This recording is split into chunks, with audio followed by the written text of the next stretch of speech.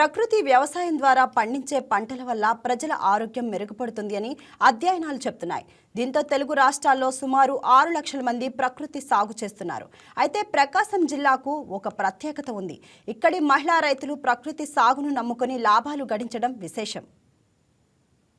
ప్రకాశం జిల్లాలో వ్యవసాయ ఆధారిత కుటుంబాలు ఎక్కువ. గ్రామీణ ప్రాంతాల నుంచి నగరాల వరకు వ్యవసాయాన్ని నమ్ముకొని జీవనం సాగించే రైతులు ఎందరో ఉన్నారు. అన్ని రంగాలలో మహిళలు రాణించినట్లుగానే ప్రకాశంలో మహిళలు వ్యవసాయ రంగంలో సైతం రాణిస్తూ తమకంటూ ప్రత్యేక గుర్తింపు పొందారు. ఇటీవల ప్రకృతి వ్యవసాయం వైపు మళ్లిన వీరు తక్కువ ఖర్చుతో అధిక దిగుబడి సాధిస్తున్నారు. నమస్కారం, నా పేరు మాధవి. మా ఒంగోలు మండలం ఎన్నగ్రహారం గ్రామం. మేము వచ్చేసి 2018 నుంచి ప్రకృతి వ్యవసాయం చేస్తున్నాము. ప్రకృతి వ్యవసాయం చేయకుండా కెమికల్ విధానంలో పంటలు పండించేటప్పుడు మేము కేవలం ఏక పంట మాత్రమే వేసేవాళ్ళమే. ఒక పంట వేసినందువల్ల ఏంటంటే దాని మీద ఏ ఆదాయం తీసుకోలేకపోయాము. కానీ ఇప్పుడు ప్రకృతి వ్యవసాయం విభాగంలోకి వచ్చిన తర్వాత మా డిపిఎంయు సుభాషిణి మేడం గారి ద్వారా మాకు ప్రకృతి వ్యవసాయం గురించి తెలిసింది. మేడం గారి ఆధ్వర్యంలో మేము ఏక పంట కాకుండా ఏ గ్రేడ్ మోడల్ అని 5 రకాల పంటలు వేసుకోవడం జరుగుతుంది.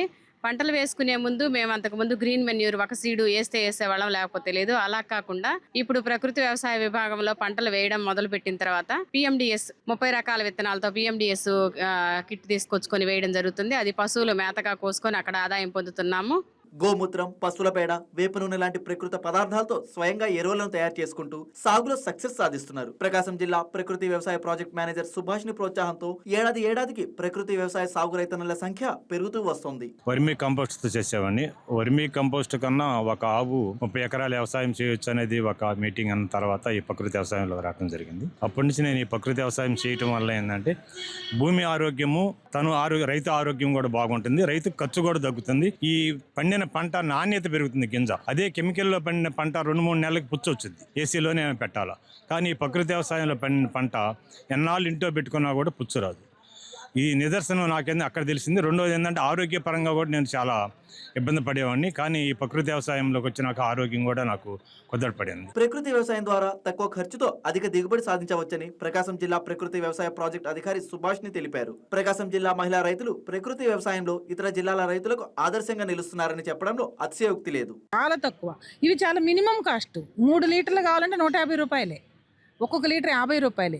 బయట కెమికల్స్ తేవాలంటే 2000. అసలు కెమికల్ అంటే కలుషితం కాబట్టి దాన్ని అసలు వాడకూడదు.